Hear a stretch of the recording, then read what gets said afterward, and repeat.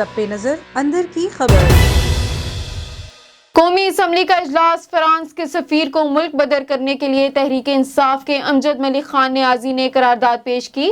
Opposition ممبران کی جانب سے احتجاج۔ مزید جانتے ہیں ہمارے نمائندے ناصر جہانگیر سے۔ جی ناصر، تفصیلات سے آگاہ کیجیے گا۔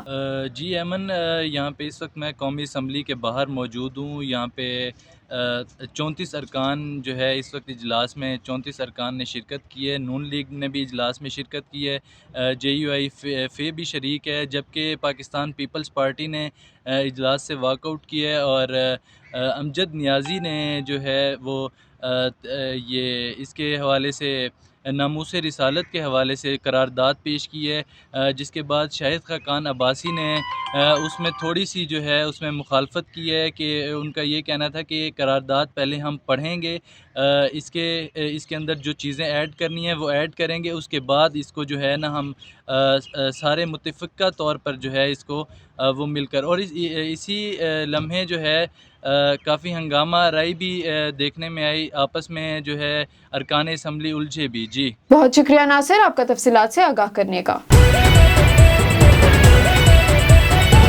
A1 TV، سب پہ نظر اندر کی خبر۔